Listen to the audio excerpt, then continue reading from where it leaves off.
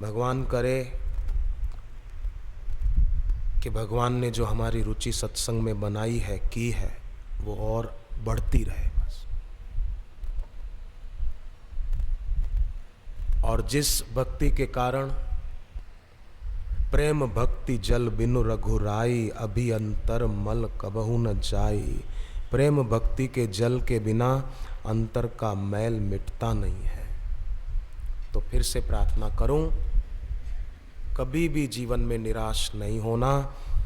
दुख आ जाए तो सोचना कोई बात नहीं, समुद्र मंथन हुआ तो जिन्होंने अमृत पिया वो देव कहलाए, जिन्होंने विष पिया वो शिवजी महादेव कहलाते हैं। हमको भी कभी कोई विष का घूंट, दुख रूपी विष का घूंट भरना पड़ेगा तो भी हम डरेंगे नहीं। विरोधियों और आलोचनाओं की आंधियों में हमारे दिल में खुशी और समता का दिया जलता रहेगा, जलता रहेगा, जलता रहेगा। तेरे फूलों से भी प्यार, तेरे कांटों से भी प्यार, तेरे कांटों से भी प्यार। जो भी देना चाहे दे दे करतार, दुनिया के तारणहार।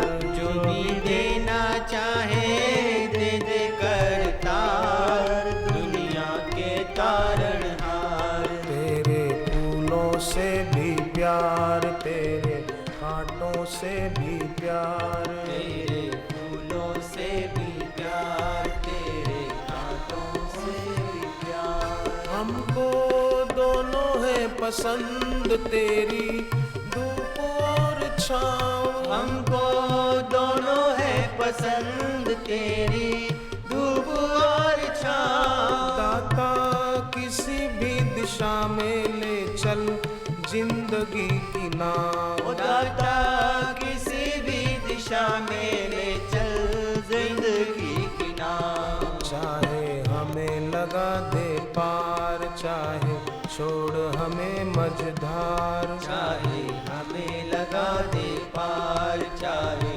छोड़ हमें मझधार। जो भी देना चाहे दे दे करतार, दुनिया के तारणहार। जो भी देना चाहे दे दे करतार, दुनिया के तारणहार। तेरे फूलों से भी प्यार, तेरे कांटों से भी प्यार, तेरे फूलों से भी प्यार, तेरे कांटों से भी प्यार। शांति शांति, बस बस। मन के कहे मत चलिए, मन पक्का यमदूत। जो मन के कहे में चले वो जाए दरिया में डूब।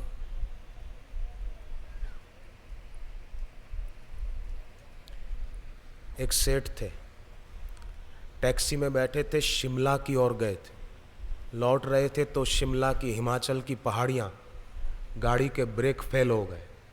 और गाड़ी के ब्रेक फेल हो तो क्या होगा आप कल्पना करो। सेठ ने ड्राइवर को कहा इतनी तेज क्यों चला रहा है कार। बोले सेठ जी ब्रेक फेल हो गए हैं। अच्छा तो फिर एक काम कर भैया, पहले मीटर बंद कर दे। बोले क्यों। बोले मीटर घूमेगा तो मेरा पैसा ज़्यादा बढ़ेगा ना, मीटर बंद कर दे पहले। अरे सेठ जी पूरी गाड़ी खाई में गिरने वाली है और आपको मीटर की और पैसों की पड़ी है। बोले गाड़ी मेरी थोड़ी है, गाड़ी तो तेरी है, मीटर घूमेगा तो पैसे मेरे को देने पड़ेंगे, मीटर बंद कर। अब देखो सेठ को रुपयों की पड़ी है कि मीटर घूमेगा तो मेरे को पैसे ज़्यादा देने पड़ेंगे, पर अपने जीवन की नहीं पड़ी है, मर जाएगा उसका क्या, पैसों की पड़ी है। एक आदमी जा रहा था तो उसको कुछ लुटेरों ने घेर लिया, बंदूक दिखाई, जो कुछ है दे दो वरना आपकी जान ले लेंगे, जल्दी कैश जो भी है, घड़ी, ब्रेसलेट, अंगूठी, सोने की चैन, जो कुछ है दे दो। तो उसने कहा ठहरो मुझे थोड़ा सोच लेने दो। और लुटेरों ने कहा सोच लेने दो, इसमें क्या सोचने की बात, जल्दी दे दो। बोले नहीं मेरे को जरा 2 मिनट टाइम दो। लुटेरे खड़े रहे बंदूक ताने। तो उसने कहा कि देखो आप मेरी जान ले लो। बोले क्यों। बोले पैसा तो मैंने बहुत मेहनत करके कमाया है, ये जान तो ऐसे ही मिल गई। जीवन ऐसे ही मिल गया, पैसा मैंने मेहनत करके कमाया है। अब वो पागल ये नहीं सोच रहा कि जीवन है तो पैसा कमाया, नहीं होता तो कहां से कमाता। बोले नहीं नहीं, जान तो ऐसे ही मिल गई, जीवन मिल गया, पैसा मैंने मेहनत करके कमाई, ले लो। लोग दुनिया की चीजों के लिए अपना जीवन गंवा रहे हैं, बस उसी की चिंता करते रहते। नहीं, हम ईश्वर के पथ पर, गुरु के बताए पथ पर आगे चले, ये चिंता नहीं करनी पड़ेगी। मैंने कईयों की बातें आपको बताई है। एक भाई ने बताया, अकोला महाराष्ट्र में रहते हैं, बोले मेरी श्रद्धा बापूजी के प्रति है। एक दिन मैंने सोचा कि बापूजी की एक तस्वीर मैं अपनी दुकान पर रखूं, कहाँ मिलेगी तस्वीर। तो बोले सोचने लगा तो मुझे एक जगह का पता चला कि वहाँ वो सज्जन बापूजी की पुस्तकें और आश्रम की औषधियाँ, कैसेटें वगैरह अपने पास रखते हैं। तो मैं उनके पास जाने के लिए निकला तो रास्ते में ही मुझे एक जगह सड़क के बाईं तरफ बापूजी की एक छोटी तस्वीर रखी हुई मिली, और हवा से उड़ न जाए उस हेतु से उसके ऊपर छोटा पत्थर भी रखा हुआ था। मैंने पत्थर को हटाया और बापूजी की तस्वीर प्रणाम करके सिर आंखों पे लगा के ले ली, और सदा अपने पास रखता हूँ। छोटी तस्वीर थी, जेब में रखता हूँ। तब से बोले खूब बरकत बढ़ी है, शांति बनी रहती है और किसी चीज़ की कमी नहीं है। प्रमोद गजानन देव, प्रमोद गजानन महाजन नहीं, प्रमोद गजानन, अकोला महाराष्ट्र के रहने वाले। गहरी श्रद्धा होती है ना तो परिणाम पीछे पीछे आ ही जाता है। सच्ची श्रद्धा किसे कहते हैं, बोलो। सच्ची श्रद्धा उसे कहते हैं जहां से अविश्वास हट गया, उसे सच्ची श्रद्धा कहते हैं। श्रद्धा भक्ति दृढ़ और अचल हो, उसके लिए बढ़िया उपाय है, सबसे बढ़िया उपाय। हमारी श्रद्धा भक्ति दृढ़ हो जाएगी। जिसको अपनी श्रद्धा भक्ति बढ़ानी है वो हाथ ऊपर करे। सबको बढ़ानी, मेरे को भी बढ़ानी है, बस हाथ नीचे करो। जिसको अपनी श्रद्धा भक्ति बढ़ानी है उसके लिए एक शास्त्रोक्त उपाय, बहुत बढ़िया शास्त्रीय उपाय है, मेरा उपजाया हुआ नहीं है, बहुत बढ़िया उपाय, और हम कर सकें ऐसा है। कोई मेहनत नहीं है उसमें, कोई मंत्र का जप नहीं करना है श्रद्धा भक्ति बढ़ाने के लिए। बढ़िया उपाय क्या है कि जो हमको छोड़ रहा है उसे हम छोड़ना सीख लें, बस इतना सा है।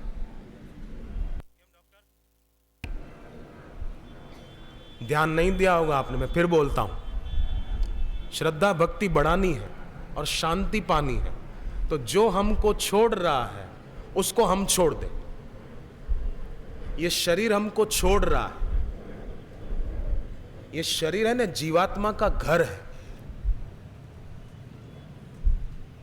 और इस शरीर का घर जहां हम रहते हैं, फ्लैट में या अपने बंगले में, अपनी कोठी में, वो इस शरीर का घर है।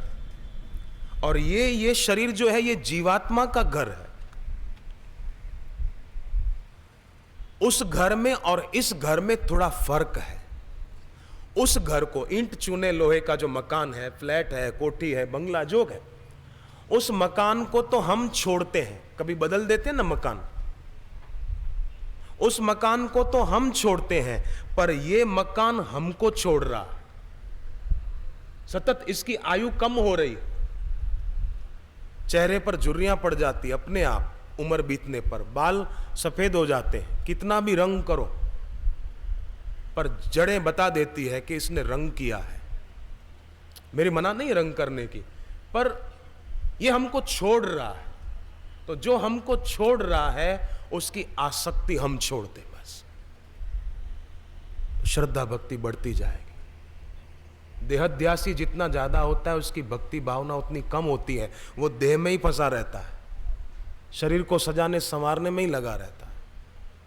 शरीर को सजाने की मना नहीं, कंघा तो मैं भी घुमाता हूं, आईना मैं भी देखता हूं, ऐसी बात नहीं मैं नहीं देखता, झूठ क्यों बोलूं।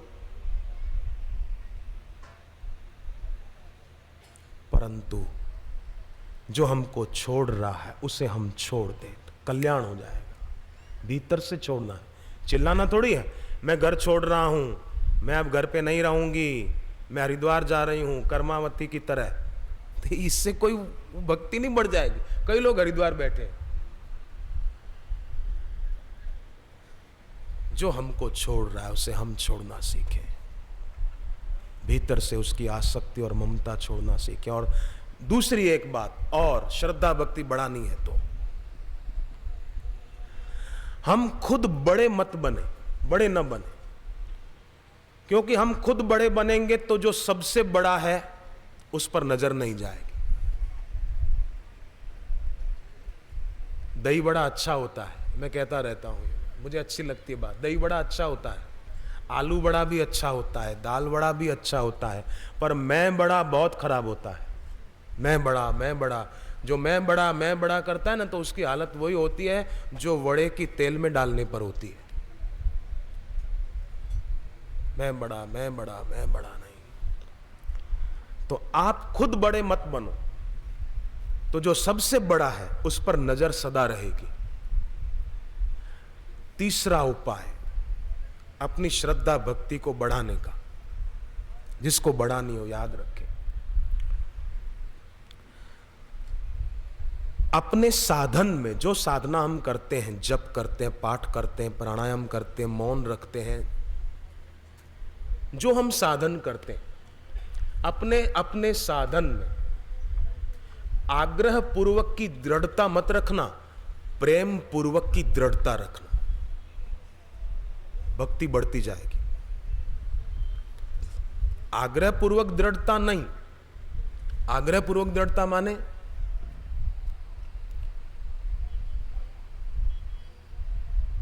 कि हम तो भाई जप करते हैं, हम तो 5 बजे बैठ जाते हैं, हम तो नीचे ही बैठते हैं, आप कुर्सी पे बैठते हो, नहीं, आपका जप स्वीकार नहीं होगा। अरे उसको बेचारे को घुटनों का दर्द है, भले बैठने दो ना कुर्सी पर। प्रेम पूर्वक की दृढ़ता,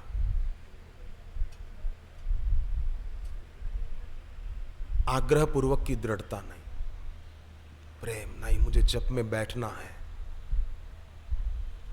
और ऐसा भाव से बैठा जाए कि माला शुरू हो, 1 माला हुई, 2 माला हुई, तीसरी माला शुरू हुई तो आंखों से प्रेम के आंसुओं की धारा भी शुरू हो जाए,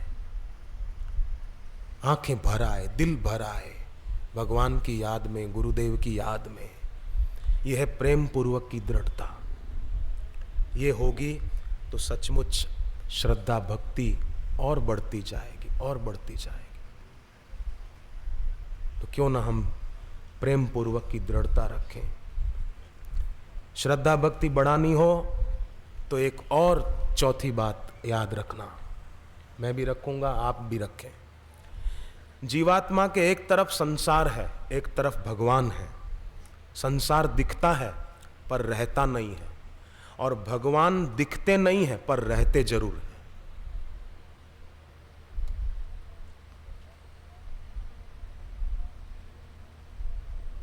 ये याद रखें।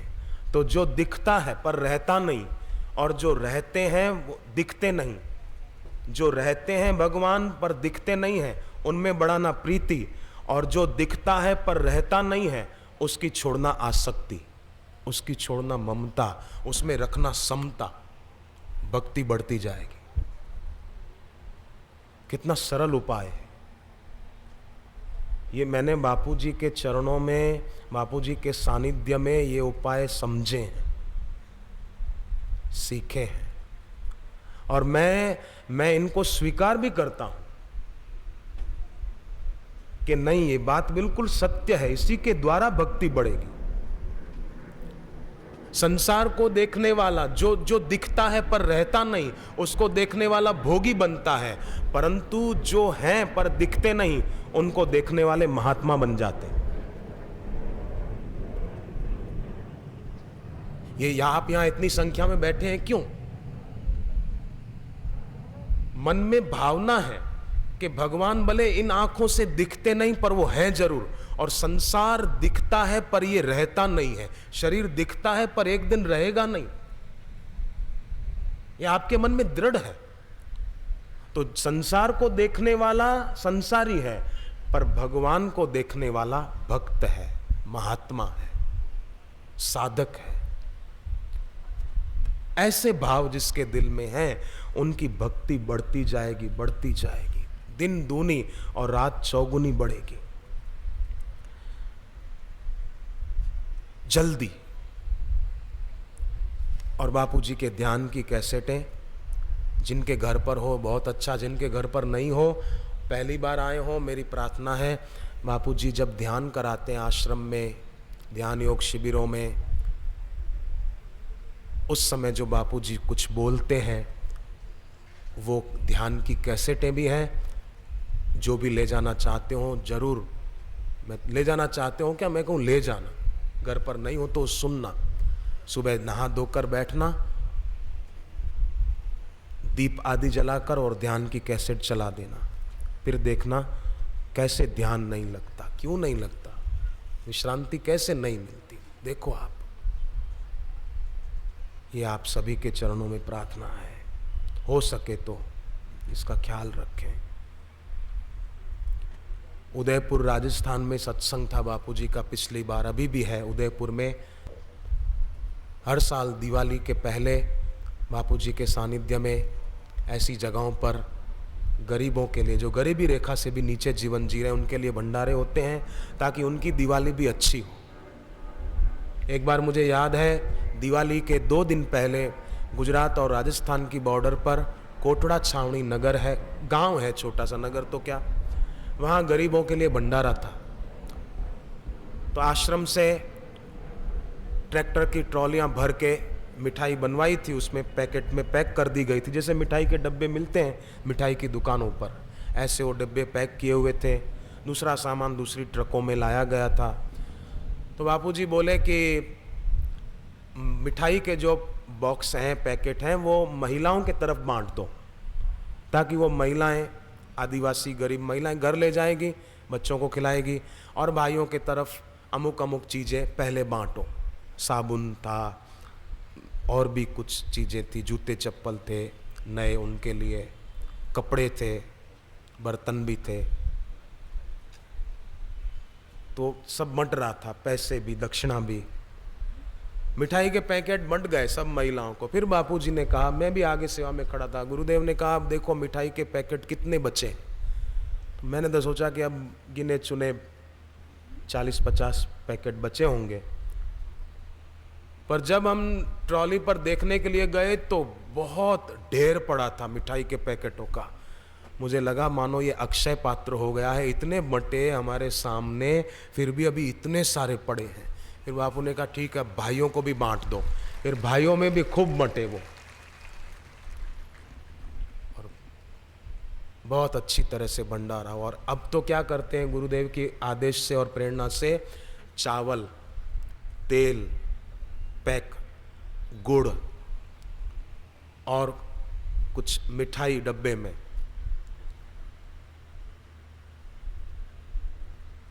उसका एक पैकेट बनता है अलग, दाल भी, और एक पैकेट में और कुछ चीज़ें, माचिस, मोमबत्ती, दिवाली के लिए, और भी ऐसी चीज़ें।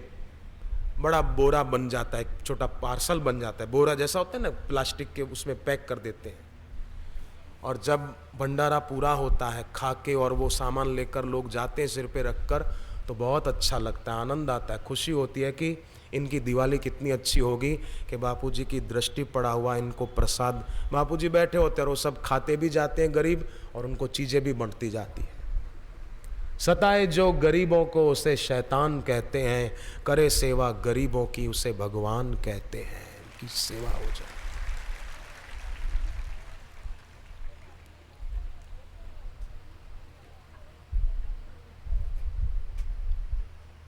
तो खूब ध्यान रहे। कई ऐसे विस्तार हैं। मैंने नासिक शहर से थोड़ा दूर एक गरीबों की बस्ती में नासिक समिति के साथ, जैसे यहाँ ये समिति ने आयोजन किया, ऐसे नासिक की समिति, उनके साथ मैं अनाज बांटने की सेवा में गया था। हर महीने वो जाते हैं आश्रम की तरफ से, समिति वाले। तो एक दिन मैं भी गया, 2-3 साल पहले की बात है। मैं रुका हुआ था, उन्होंने कहा आप चलोगे? मैंने कहा ज़रूर चलो। गया तो एक महिला झोपड़ी टूटी फूटी थी, तो वो लेटी हुई थी। हम गए तो बेचारी उठ भी नहीं पा रही थी। तो मैंने एक साधक को कहा इससे मराठी में पूछो ना। उनकी भाषा में कि क्यों इतनी कमज़ोर और उठ नहीं पा रही है, क्या बात है? तो उसने बताया कि मैंने 2 दिन से कुछ भी खाया नहीं है, ये तीसरा दिन हो रहा है, कुछ भी नहीं खाया। मैंने तुरंत, एक और भाई साथ में थे, मैंने कहा जाओ थोड़ा दूर एक दुकान हमने रास्ते में देखी थी, वहाँ से कुछ 8-10 बिस्किट के पैकेट लेकर आओ। तो वो दौड़ कर गए और बिस्किट के पैकेट ले आए। मैंने उस बहन को दिया कि आप खाओ। उसको इतनी भूख थी कि 2-2 बिस्किट एक साथ खाने लगी। फिर आश्चर्य मुझे तब लगा, मैं उसको दूसरा पैकेट देने लगा तो वो मना करने लगी, बोले नहीं बस एक बहुत हो गया। फिर हम उसको पैसे देने लगे, क्योंकि हमने अनाज में गेहूं भी थे, चावल भी, तो मैंने कहा गेहूं पिसवाने के तो पैसे लगेंगे, पैसे रखो। बोले नहीं नहीं हो जाएगा, हो जाएगा, नहीं चाहिए। फिर उसके बूढ़े पिताजी को जबरदस्ती पैसे दिए। फिर एक जगह मैं गया तो देखा एक गरीब, अनाज तो दिया पर उस महिला का पति बहुत बीमार था। तो मुझसे रहा न गया, मैंने तुरंत बापूजी को फ़ोन किया। सीधा मैंने गुरुदेव से फ़ोन पर बात की। मैंने कहा बापू अनाज तो दे रहे हैं पर एक आदमी मैंने देखा इतना गरीब और बीमार, इलाज कैसे हो? रोटी तो खाए पर बीमार है। बापूजी बोले इसमें तू सोचता क्या है, समिति वालों को बोल तुरंत डॉक्टर की व्यवस्था करें, हर महीने डॉक्टर को भी साथ ले जाया करें, किसी को कोई तकलीफ़ हो तो उनको इलाज करके वो दवा दे दें, जितने दिन में ठीक हो उतनी दवा दे दें, बस। और क्या, तू चिंता मत कर, पैसे की चिंता न करें, बोलना ये सेवा ज़रूर करें। मैंने तुरंत एक डॉक्टर उनके परिचित थे उनको बुलवाया और बापूजी के आदेश अनुसार वो सेवा भी चल रही है अच्छी तरह से। नासिक समिति ऐसी और कई जगह चल रही है। तो देखो कई जगहों पर ऐसा है कि लोगों को खाने को नहीं, जैसे तैसे करके बेचारे खाते हैं। तो हमारा कर्तव्य है कि हम अपने घर में किसी भी चीज़ का बिगाड़ न करें, अन्न का बिगाड़ न करें। ऐसा नहीं कि रोटी अच्छी नहीं लगी, सब्जी अच्छी नहीं लगी तो फेंक दी, नहीं, ऐसा कण का और क्षण का कभी भी बिगाड़ नहीं करना चाहिए, दुरुपयोग नहीं करना चाहिए। उसको बचाएं और ज़रूरतमंदों की सेवा में लगाएं।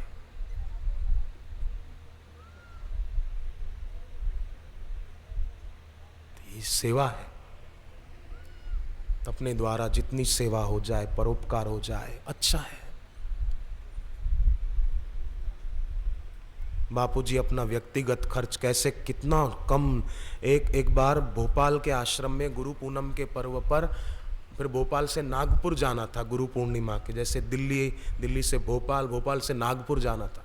तो समिति वालों ने राजधानी ट्रेन में फर्स्ट एसी की टिकट करवाई 5,000 रुपये की। बापूजी को पता चला, डांटा। बापूजी ने कहा 5,000 बिल्कुल टिकट कैंसिल कर दो, हम राजधानी से जाएंगे ही नहीं। तमिलनाडु एक्सप्रेस चलती है, उसमें बापूजी बैठे 150 रुपये वाली टिकट स्लीपर कोच की ली गई, उसमें नागपुर गए। बापूजी बोले कोई सेवा से श्रद्धा से टिकट ले आए 5,000 की, तो उसका मतलब क्या? नहीं, 150 वाली टिकट अपना अपन उसमें चलेंगे, क्या हो गया?